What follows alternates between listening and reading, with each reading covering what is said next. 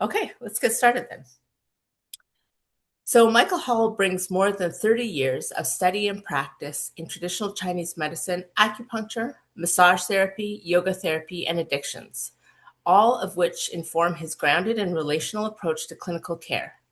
He studied acupuncture in San Francisco and Victoria and has been licensed to practice in BC since 2004. Since 2007, Michael has managed and practiced a busy community acupuncture clinic in Victoria, BC. He's currently on the teaching staff at the Pacific Rim College and has also served as faculty member at the Canadian College of Acupuncture. Michael has presented on the Wheel of Consent and its application within Chinese medicine contexts, teaching this material to students and colleagues as part of their clinical and professional development. Welcome, Michael. Thank you. And thanks to everyone who's attending today. This is my first time um, offering a teaching in this particular format. And um, so bear with me. In an attempt to make this more personable, uh, as you're sharing, if you don't mind, it would be great for me to hear where you're from. I'm curious where people are coming from today and listening from. Also, um, I'm happy to talk and share some of my experience around community acupuncture, but I'm also very much interested in what each of you are bringing today in terms of your own questions, perceptions, concerns, and interests related to community acupuncture. I'd really like to try and make it a presentation that's meaningful to you and that you can take something away from this experience into your own practices. So thanks again for inviting me. I really also want to thank Opus for the invitation. I have been a customer of theirs for quite some time. I love their dong bang needles. It's not an advertisement, but as a community acupuncturist, it's really vital that we get needles in 10 packs, or we buy needles by the thousands because we use a lot of needles. I've inserted probably at least 500,000 needles in my practice. And so it's really important to have a good source and a good supply of acupuncture needles. So thank you to Opus. I'm going to start today by just talking a little bit about some of the history of community acupuncture, some of the philosophy. I'd also like to touch on just some of the basic nuts and bolts for this work, and then talk a little bit about clinical practice. And I'm happy to talk and focus more specifically in any of those realms. I'm really comfortable speaking in any of those realms for you who have questions. If you want to talk about treatments and treatment strategies and points and how I do that, I'm happy to talk about it. And also, again, happy to talk more about the sort of nitty-gritty of what is community acupuncture. Um, Obviously, treating more than one person at a time is not new. And so, in a sense, community acupuncture is something that's been practiced around the world for a long time. I never had the opportunity to go to China or other countries to study and practice this medicine, but from those people who have told me that treating in a common room um, a large number of people is a pretty common experience in other cultures and other countries. The North American version of that, what we call community acupuncture, began in Portland, Oregon.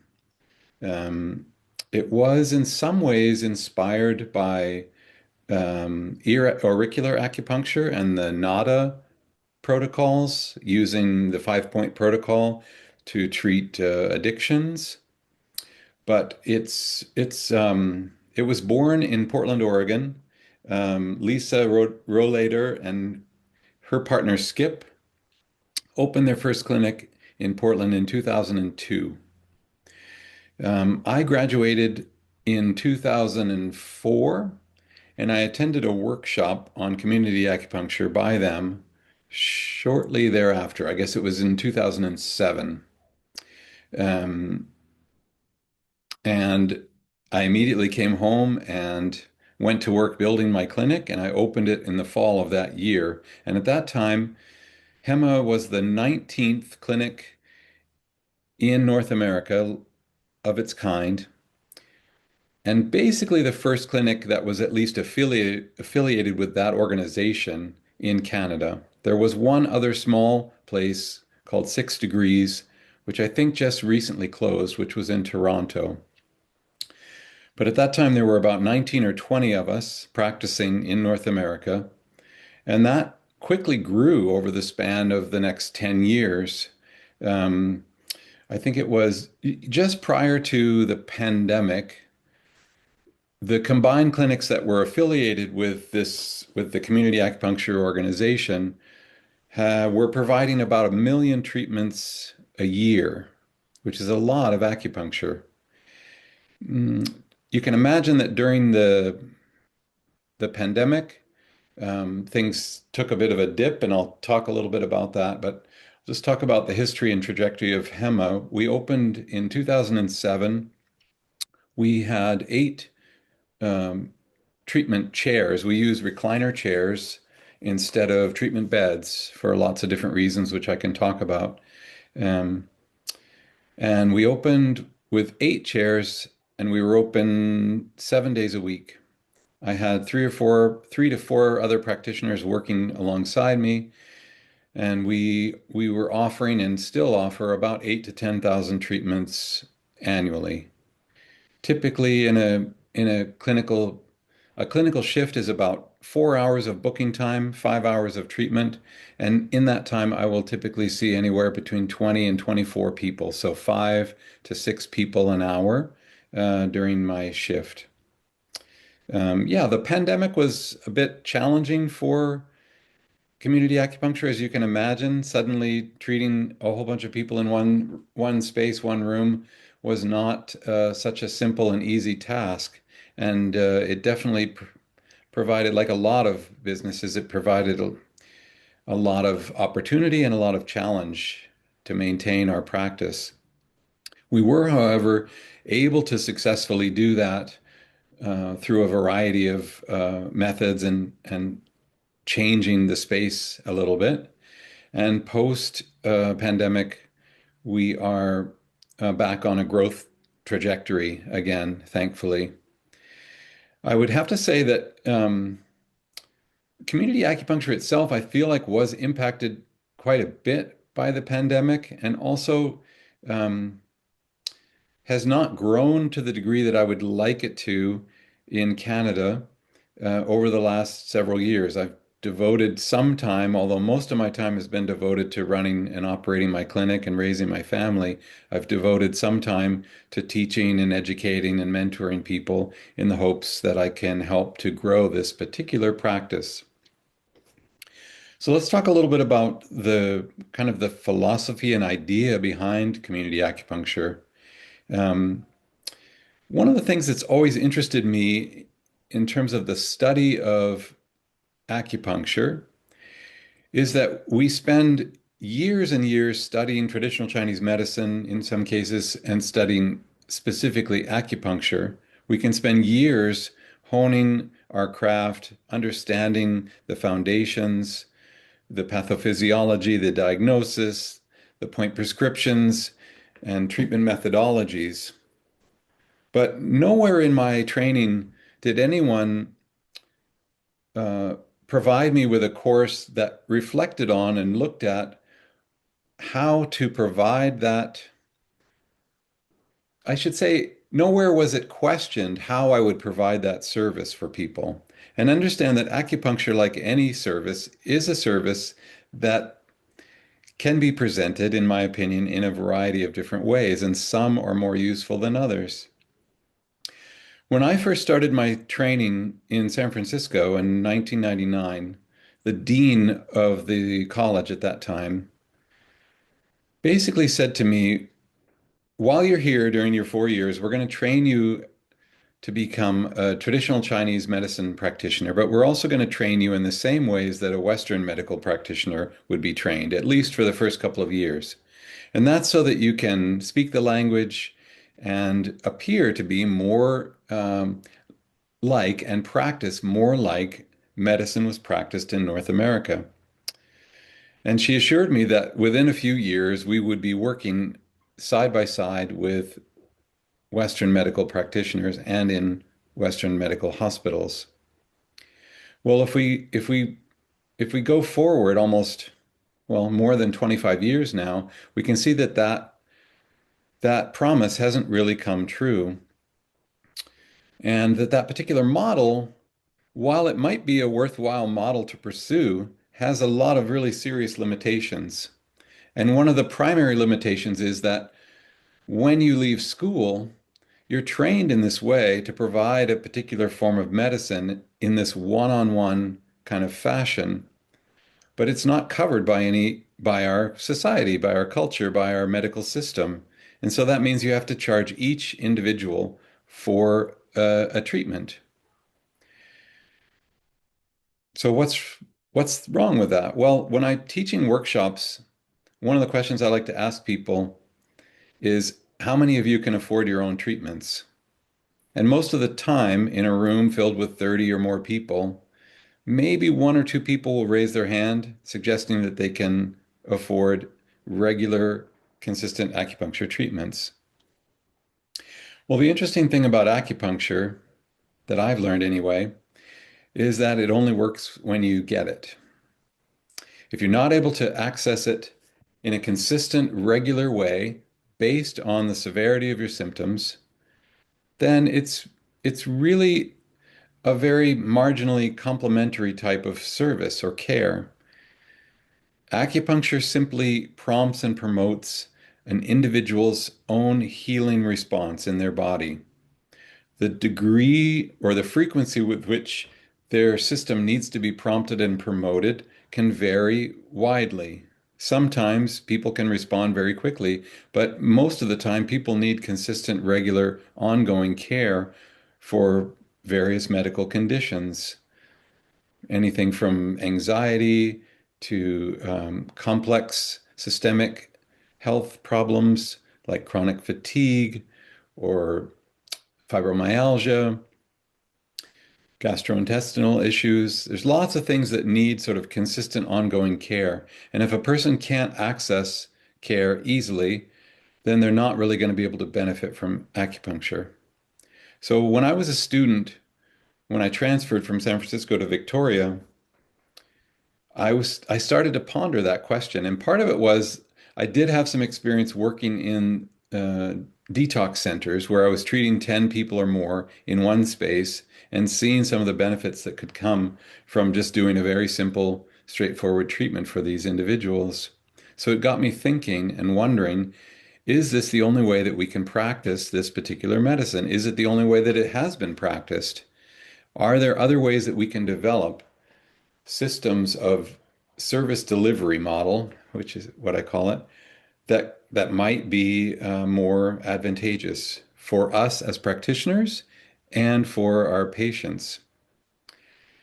And so in 2007, when I happened upon that particular workshop, and it really was just happenstance because I was just looking for some continuing education credits, I was really stunned by what I discovered, which was a system of acupuncture that more closely resembled what I was thinking of in terms of how we could practice acupuncture, and a system that was potentially far more accessible to a much larger group of individuals. So that's a little bit about the philosophy and some of the history behind it. And now I want to talk a little bit about the nuts and bolts and why I think it's a helpful service delivery model. Okay, so as I mentioned, like acupuncture only works when you get it. And so in order for people to get it consistently and regularly and frequently, you need to deliver it in a way that makes that possible, that makes it easy. And community acupuncture does that in a few different ways. First of all, it's affordable. For years, well, since we opened, we've used a sliding scale fee model. Um, our current fee, our current sliding scale fee model is $25 to $45. So each person comes in and they decide how much they're gonna pay. Now there are lots of different benefits and reasons why I do that, which I can go into. But the main thing is understanding that in our culture, and particularly even more so now in the economy that we're in, people's ability to pay, in other words, their discretionary income, money that they can spend out of pocket for things like their health care, is getting smaller and smaller. So what does that mean? If it means that if we're practicing in a private center, a private setting, which is a perfectly fine model in which to practice from, it does limit the number of people who can afford that kind of treatment. Really, only about, I would say, 10% of the population can afford that out-of-pocket expense on a regular basis. The next group of people that can afford it are those that have medical insurance. However, medical insurance often only provides $500 to $600 worth of coverage for acupuncture. If you're lucky, maybe you have a little bit more, but ultimately that boils down to, 4 to 6 treatments annually.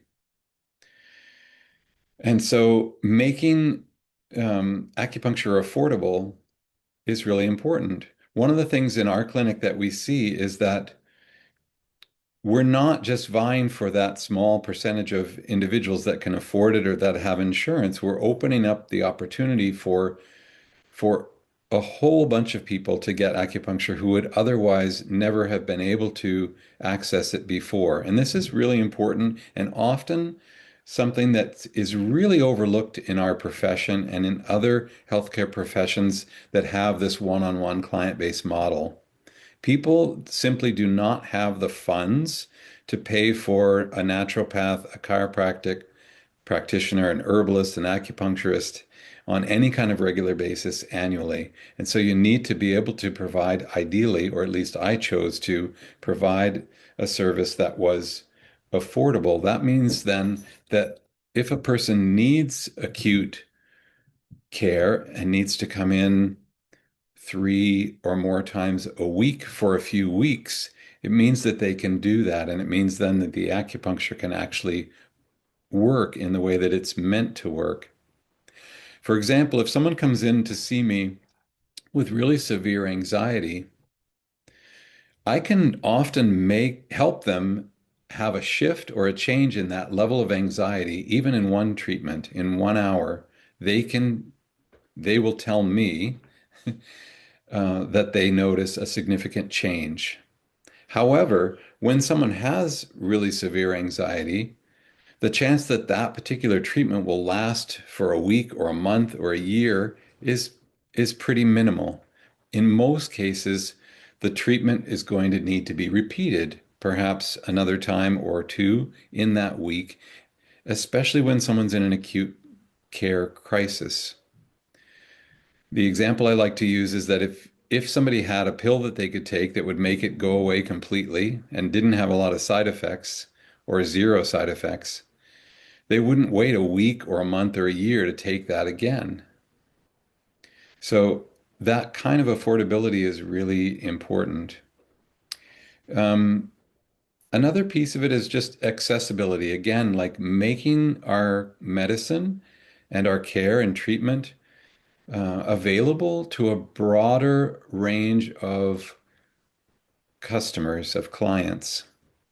In many cases, the clients that we have in our one-on-one practice are people who either they can afford it. They also really value the medicine enough that they're willing to pay more out of their own pocket. But for a lot of people, working class people, middle class people, people who have a lot of bills to pay and a lot of stuff to do, they don't necessarily um, they're not necessarily drawn to that style of practice. And so one of the things that has been appealing to a lot of people about community acupuncture is its accessibility. And I mean that in a variety of ways. When I open a clinic, I try to make it as as open and friendly and welcoming to people of all ages and all walks of life. I like to be on the ground floor. I like to have wheelchair accessibility. I like to, sorry, my dogs are barking. I hope you can hear that right now. I just like to make it inviting and welcoming to people from all walks of life. I think that's really important. Um, a lot of people are put off by our medicine. Even though we have been giving this medicine, providing it for a number of decades now, for a lot of people, it's still a new experience. And and so making it more welcome and friendly makes it possible for just to draw more people in our community space where people can sit in recliner chairs. They don't have to get undressed to get treatment. They can watch other people getting treatment. Sometimes if someone's really curious and is also nervous, I'll just invite them to come with a friend and sit down and observe and watch treatments being given. And so we just really do a lot to normalize acupuncture, to help people see that it's not a painful experience, that it's very relaxing, that it's safe, that it's easy, and that it's very effective. And our customers also really will attest to that, I would say. So, affordability and accessibility are two really important aspects to community acupuncture. I'm curious at this point, before I go into like nuts and bolts and just some of the clinic flow and some of the aspects of clinical practice, if anybody has any questions, because um, like I say, I'm happy to talk to myself, but it also would be nice to hear from people if they have any specific questions um, that they would like answered. We'll give people a chance to type if they'd like. Just remember to type in the Q&A. Um, I was interested to know if you also find that with that style, with the chairs, if you also get a community building that happens, which can also be part of that healing, right, with other people around. Yeah, that's a great question. One of the first things I was most nervous about when I opened the clinic was that fact. How were people going to feel about being in a space with other people and being treated in a space with other people? And in my experience, it is definitely one of the benefits of the treatment and what I hear from people more and more time and time again that they appreciate. I mean, one of the things that they remark about is the safe space.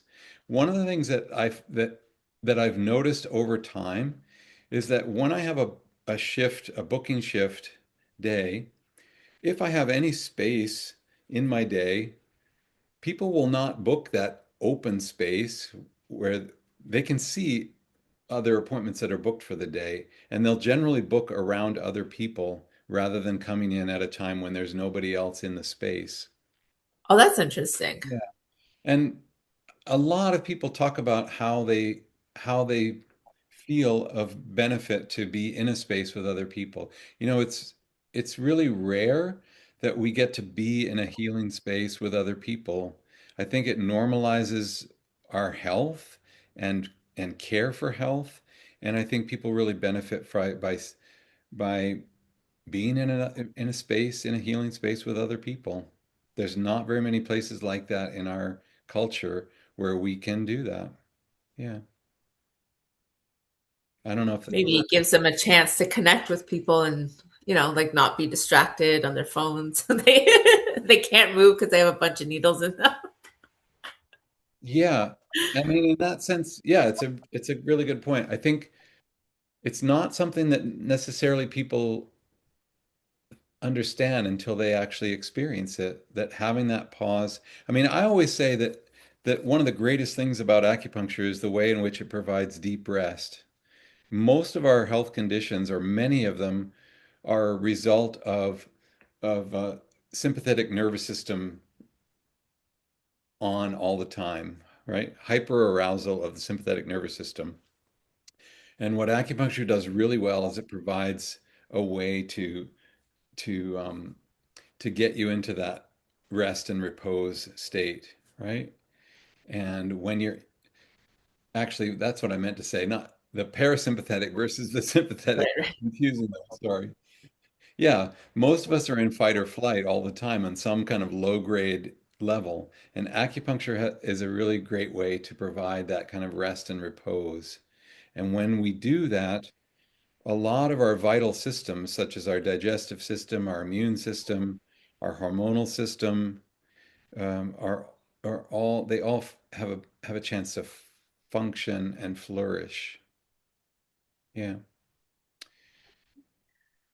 What's Maybe are you good to kind of change directions a little bit? I can, yeah. Okay, so we have a question. How do you proceed with diagnosis to treatment? Do you do everything on the fly, or do you set aside a time and place for pre-treatment discussion and diagnosis? Okay, yeah, that's a good question. So first of all, I'll say that in community acupuncture clinics, we use a style of acupuncture which is commonly called channel-based acupuncture. Now, that term can mean a lot of different things to a lot of different people, but it basically, channel-based acupuncture, ironically, is not something that's taught a lot in schools. We utilize a lot of the of Zong Fu diagnosis in our studies in school, but you have to understand that Zong Fu diagnosis is really just one way of understanding pathophysiology and point selection for our clients. And traditionally, Zong Fu diagnosis was really strongly rooted in herbal medicine. Channel-based acupuncture is the idea that um, all disease is caused by a blockage in the flow.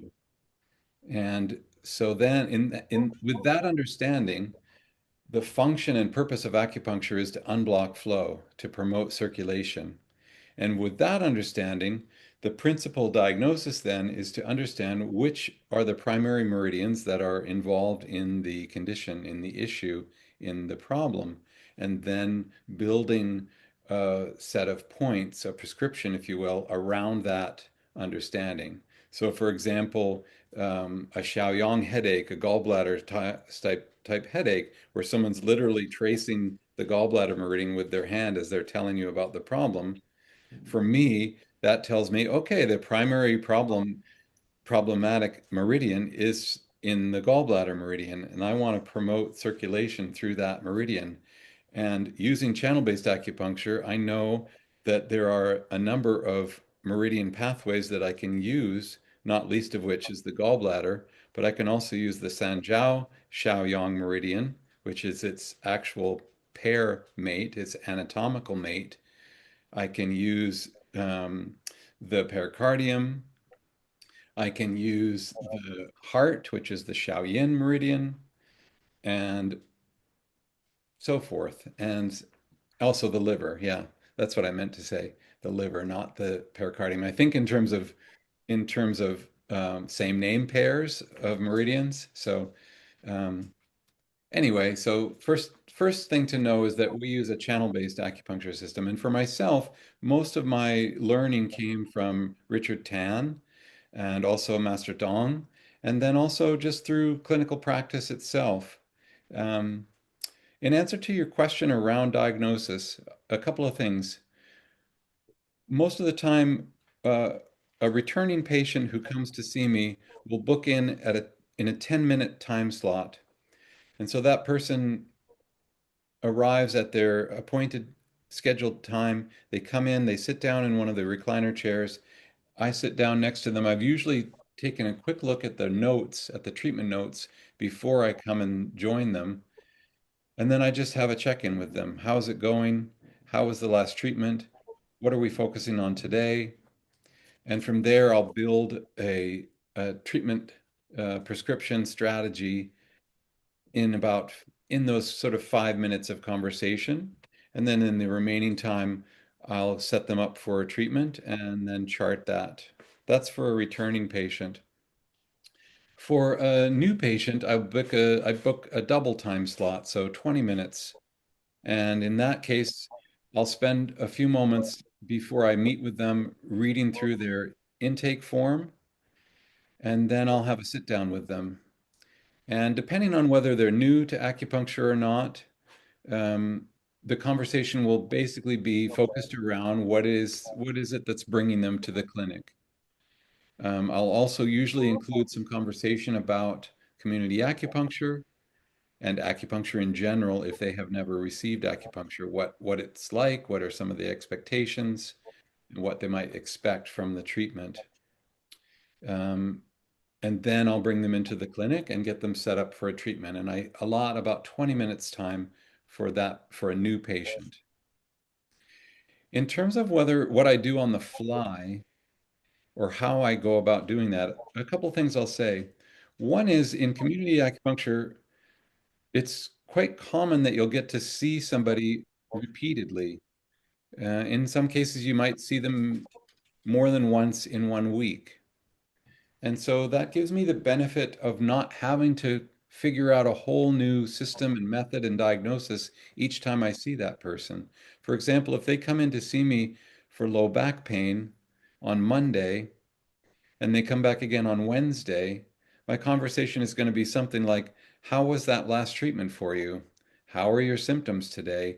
Are we focusing in a similar way? And if the answer is yes, and if the treatment was successful and helpful, depending on where it's at, I may do a very similar treatment that day if that previous treatment worked really well and their symptoms are still yet showing up in that same meridian pathway.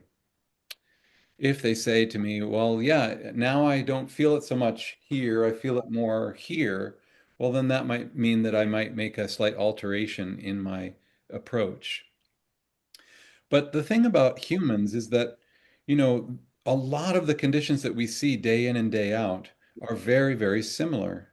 You know, we're all human beings and we all often have a lot of similar uh, situations, health problems, health concerns that show up. And for me, if I have developed a strategy, an approach, and an understanding, a way that I know most of the time will provide benefit to a client, then I'm most likely going to use one or two of those particular strategies, treatment strategies that I've used time and time again. So that also helps me to save a lot of time in my overall diagnosis and treatment. And lastly, again, like as I say, I really think more in terms of meridians now than Zong Fu diagnosis, although I still do use some Zong Fu diagnosis. And it's not that I don't think it's of value. It's just that I find that when I'm doing acupuncture, I'm mostly concerned with what is the problem meridian? What is my main meridian focus? And how can I build a treatment plan around that particular focus? And I use meridians and the relationships with meridians, and then I use a lot of mirroring and imaging. Most of the time, the points that I use are from the elbows to the hands, knees to the feet, and I use those to treat the whole body. And as we know through our study, these are some of, not only are they some of the most effective points on the whole body, but they're also some of the safest and easiest to access points on the body. And the thing to remember about point selection and treatment style is that you may have a treatment style that works just as well or maybe even better than me. For example, like what about the back shoe points, Michael?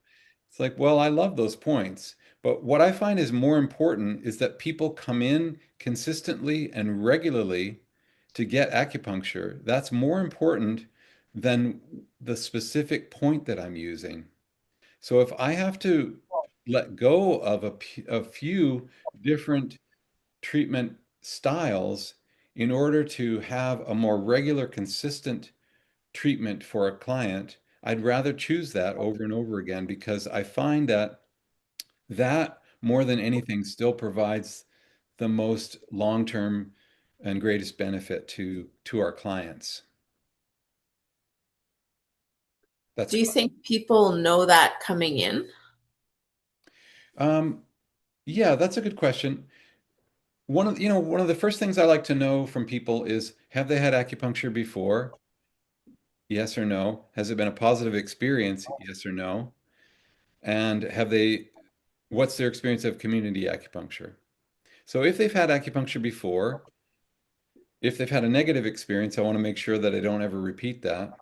If they've had a positive one, I'll ask them like, well, what kind of setting was that in?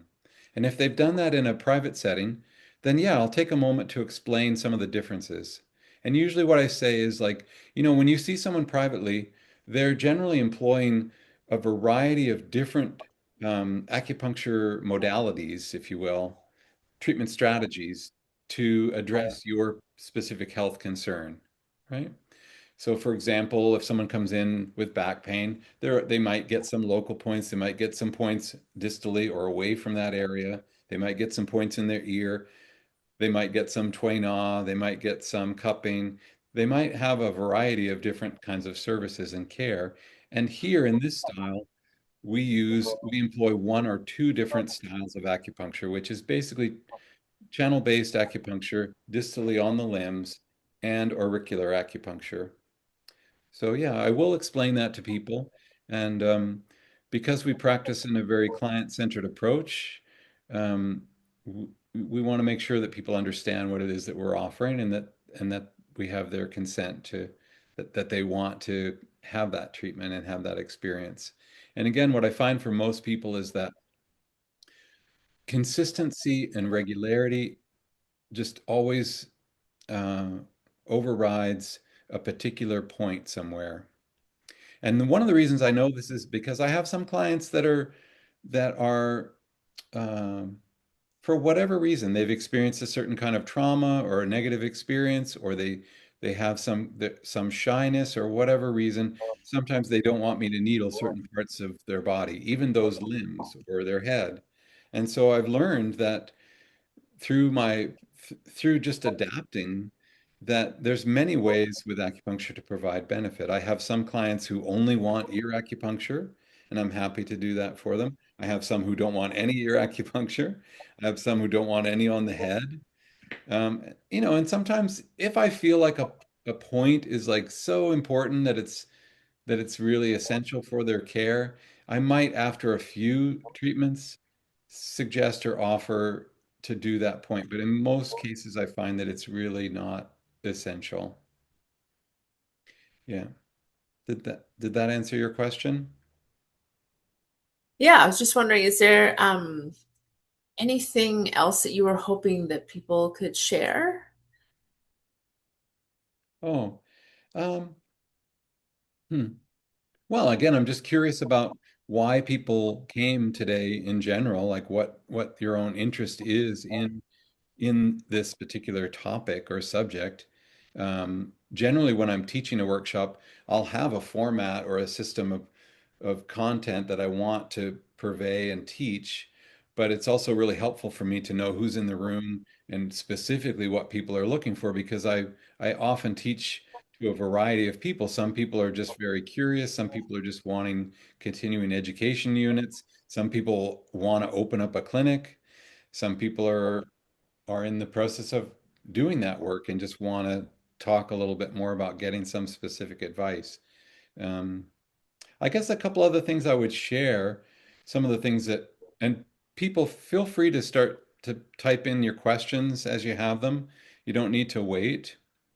But a few things that I'll share is like one of the things that people often think about with this style.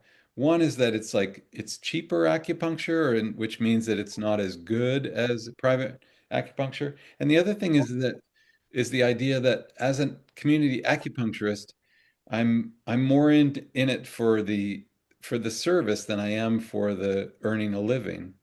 And so I'd like to chat just briefly about those two aspects.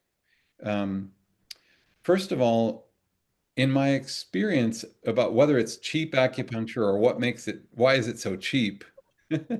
It's really simply the treatment model. Because I'm earning on average $30 per person, and if I see 5 or 6 people in an hour, I'm earning $150 to $180 an hour with those individuals.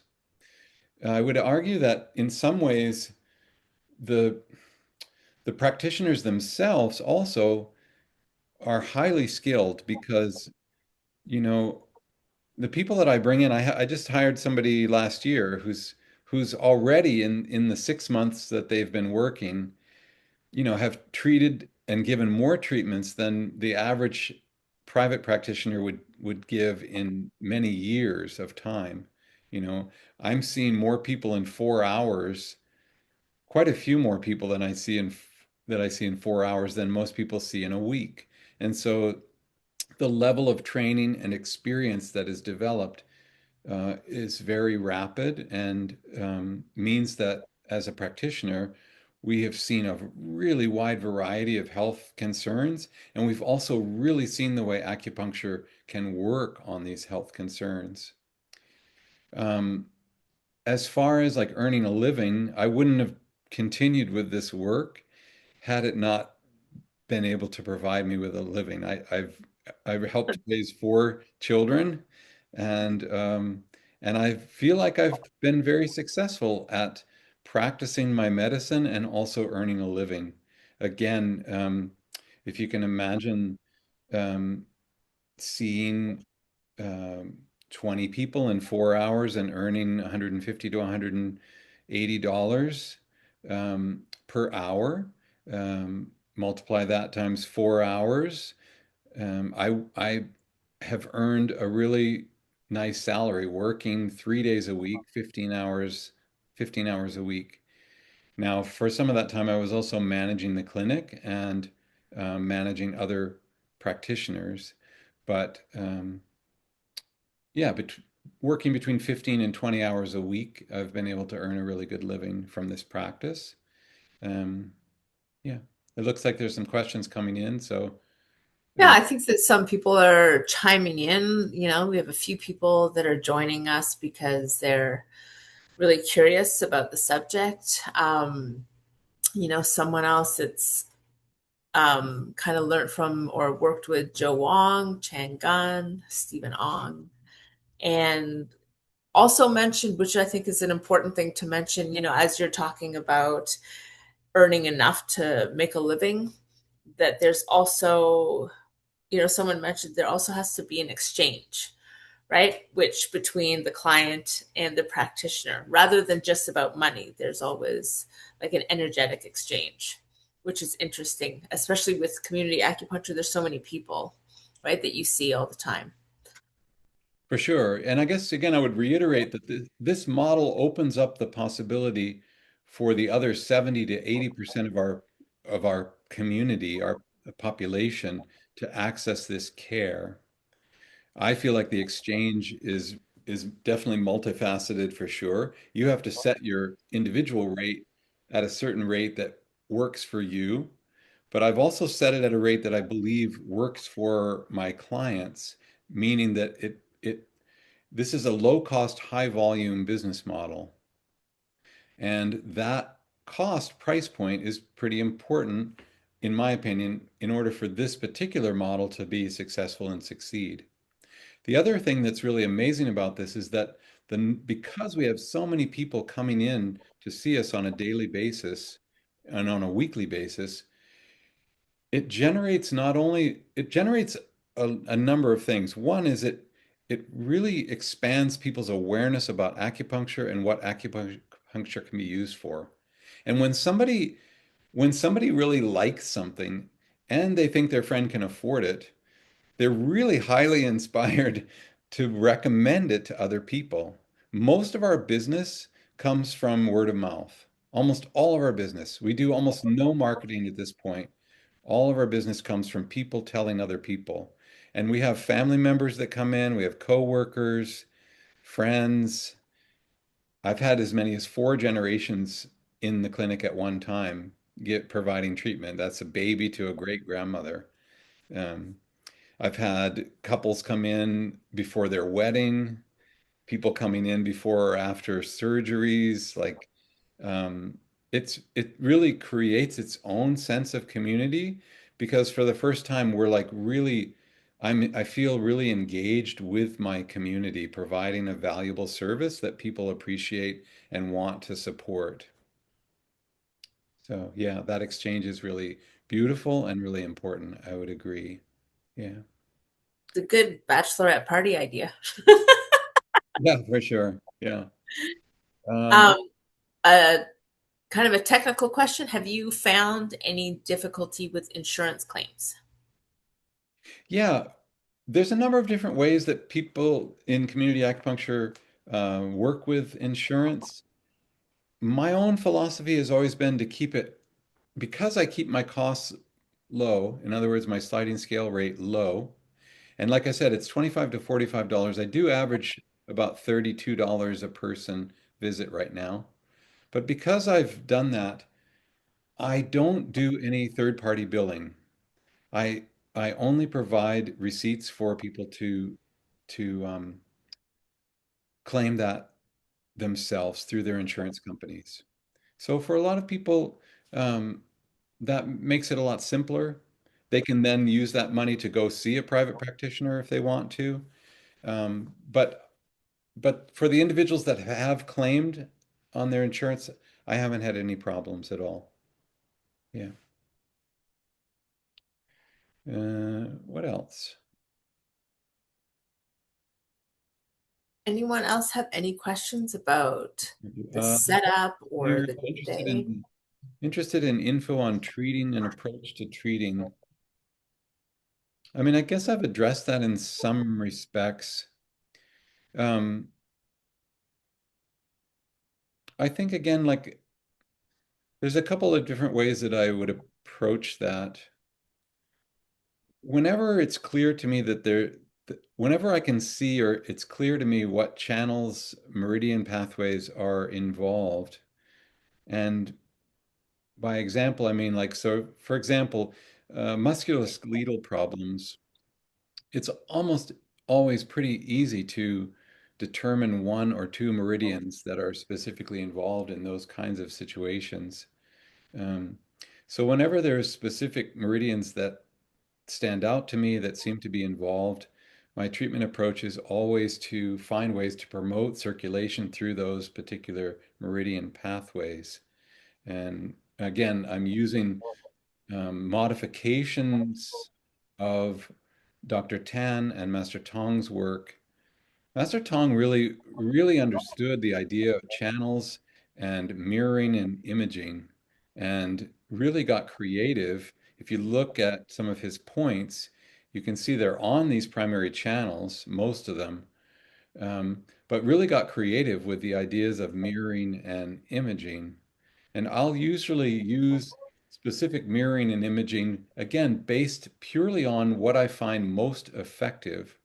So, for example, in treating back pain, um, which is primarily on the urinary bladder Taiyang meridian, I'm mostly using the hand Taiyang meridian, the small intestine meridian, to treat that back pain. That's my first and primary meridian that I'm going to focus on. And in terms of selecting points along that meridian pathway, what I have found is that the most effective points along that pathway for treating conditions of the back, that includes the neck all the way to the tailbone, are primarily imaged on the hand and really primarily from small intestine 3 to small intestine 5. This zone of area is very effective. And because of the way that the chi is in the limb, these points are particularly useful at easing pain and promoting circulation and relaxing the musculature. And it's interesting because I started using that method just purely thinking about mirroring and imaging, and then later discovered Master Tong actually has two extra points located just uh, proximal to small intestine 3 and distal to small intestine 4 that he uses specifically for that kind of condition. So it was really interesting as I was practicing and developing some of my ideas to see that other practitioners were thinking and using similar ideas and principles. In terms of other things like systemic problems, things that are harder to differentiate around a specific meridian, what I usually will use are certain kinds of recipes. Now, some of these you've learned through your Zong Fu medicine study. recipes of points that you would use for the treatment of specific conditions. I think the one difference in community style is that usually the the assortment of those points will still be distal points, but they also will have a strong correlation or relationship to one another, um, as we're selecting the specific points. So does this meridian also relate or benefit with another meridian, a paired meridian? So I'll give you an example, like a sleep pattern recipe that I like to use for certain individuals is the Xiaoyang and Xiaoyin uh, meridian pairs. So that's the on the Xiaoyang, that's the Sanjiao and the gallbladder, and the Xiaoyin, that's the heart and the kidney. And you utilizing those points has multiple benefits because many of those points are classically known to treat the symptoms of insomnia, but also more importantly, the meridians themselves have a really strong partnership relationship with one another, and so they really enhance the flow of qi through the body.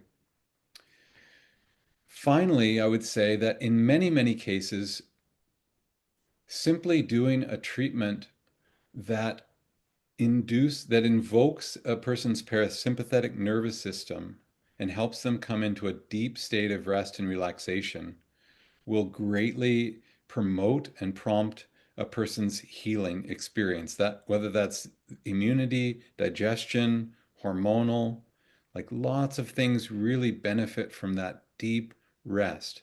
And it's one of the reasons why Miriam Lee developed her 5 point protocol, um, which is large intestine 4 and 11, lung 7, stomach 36, and spleen 6. A very simple formula. If you study it, you'll see again that those meridians have a very strong relationship with one another and that it's very beautifully balanced, and and it can serve that particular recipe in the way that acupuncture works for a person can serve many, many different health conditions. One of the things that's most surprising to me sometimes is getting to practice so much in community clinic and having a person come in and be like, wow, whatever you did last time was like really amazing. It completely shifted and changed everything. And I'll go and look at my notes and it'll just be like the simplest formula. I'll be like, how is that possible? That was so simple and straightforward, you know? But I They were always say, ready. what's that? They were ready. They were ready, yeah. And also, like, acupuncture is both complex and simple at the same time. We know that, it's very complex and it's also very simple. So don't forget the very simple part, you know. Um, With just being able to kind of treat the exposed parts, how do you address consent and privacy concerns? how do you mean? I guess because you're in a community setting, if there are people that want more privacy or, as you're talking or discussing, maybe they have more sensitivity to that. Yeah, well, again, I make it clear. I always check out like, what's your experience of community acupuncture, right? Have you been to a community clinic before? Yes, no. Have you looked on our website? Have you done any reading? Like, what's your level of understanding about what's going to happen today? And Right, so if they have very little, I'm going to say to them, just so you're aware, we're going to be going into this room over here, and there's other people getting treatment. There's other people resting in recliner chairs. Is that okay? You know? And right. I'd like to, if it's possible, I'd like to use acupuncture points on these specific areas, from your elbows to your hands, knees to your feet, and possibly some scalp and ear points. Is that okay? Um, and so, in most cases, I can adapt to any particular concern. Like if someone doesn't want to take their socks off, I love points on the feet, but I can modify and adapt. If someone doesn't want to pull up their pant legs, I can do hands and feet points. So I always honor people's limits, and I always get their consent for any kind of treatment that I provide. Um, yeah, in most cases, and so then that sort of sets the stage for. consent is an ongoing experience. It's an ongoing practice, right? And a person can opt out of care at any time. And I let them know that they're in charge of the treatment. They can end the treatment whenever they want to. Um, and so, yeah, it's basically, generally speaking, people just rolling up their sleeves and their pant legs. Occasionally, if I want to use it, points above those areas, I'll ask people if they're comfortable bringing in a pair of shorts that they can put on, wearing a tank top that they can wear. Um, but that's about the extent of it. I have done on occasion, uh, the gallbladder 31, where I'll have somebody lay on their side and have some shorts. But I've really stuck to mostly that style of practice, where I don't need to have access um, to all of those places. And I really do respect people's limits, right? Do you think that using press needles enhance the type of community style acupuncture as the treatment time is relatively short? Uh, I'm not sure if I totally understand the specifics of your question, so maybe just to reframe it. Um, because in community acupuncture, you're saying your treatment times are really short. You're not spending, an hour or, kind of half an hour with people. Do you ever use press needles to just try Okay. to kind of enhance your acupuncture? Yeah.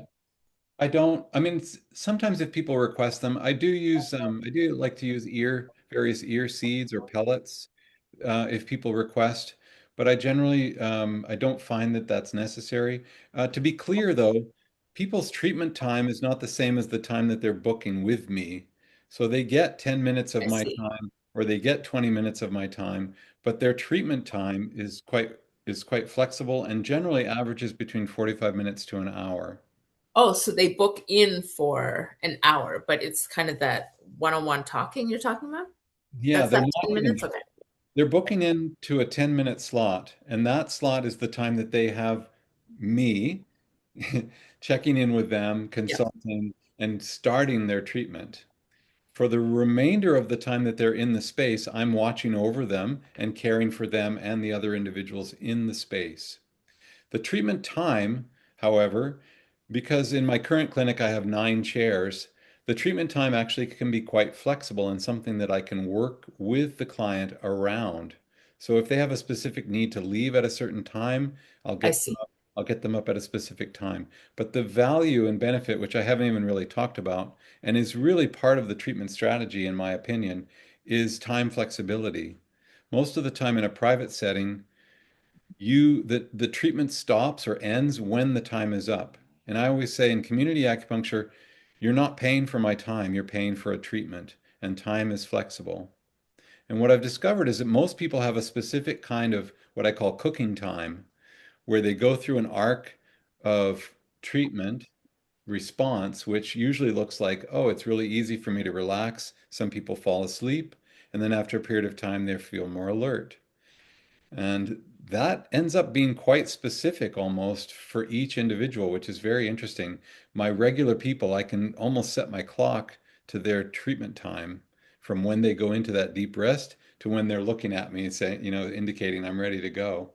And I find that that's also of great benefit because in a lot of cases, like if you're working on back pain, for example, having that time to deeply rest, let the muscles really deeply relax and the circulation come through, really enhances the treatment in my experience, as opposed to like IMS, where you're just getting a really quick response. And for some people, that works really well. But in this case, I find treatment time is really a, a really interesting aspect of community acupuncture practice.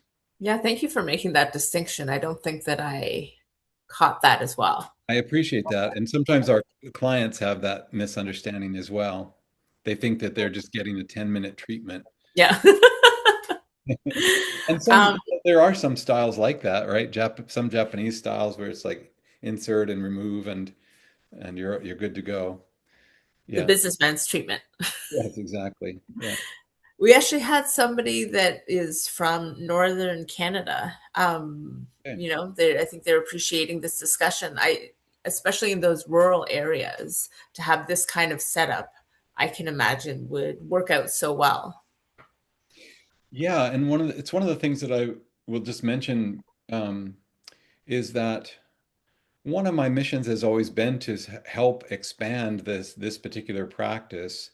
And for the last almost 20 years, I've spent really just running a clinic and raising a family, and now I'm on the other side of that. And so I'm interested in seeing that this practice grow throughout Canada. I have helped to bring clinics to Vancouver and Montreal and Toronto and Halifax as well, and a few other places that I don't, that I'm not even, people aren't in touch with me at this stage, but I definitely like to support people in this endeavor in any ways that I can.